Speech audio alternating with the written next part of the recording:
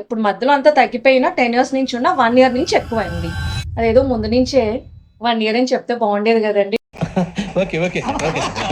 చెప్పమ్మా. నాకు ఇంట్రెస్ట్ చదువుతున్నప్పటి నుంచి దురదలు అంటే దురదలు దద్దుర్లు కూడా. Okay okay.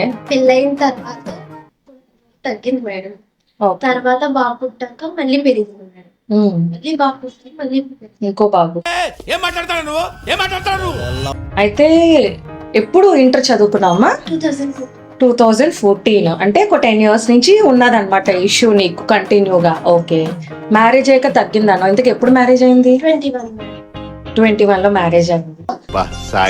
ఓకే. పిల్లలు పుట్టారంట, 2 పిల్లలు. సో ఫస్ట్ కిడ్ పుట్టాక తగ్గింది, సెకండ్ కిడ్ పుట్టాక పెరిగింది. సెకండ్ కిడ్ ఎప్పుడు పుట్టారు? 24. అంటే 1 ఇయర్. ఇప్పుడు మధ్యలో అంతా తగ్గిపోయినా 10 ఇయర్స్ నుంచి ఉన్న 1 ఇయర్ నుంచి ఎక్కువైంది.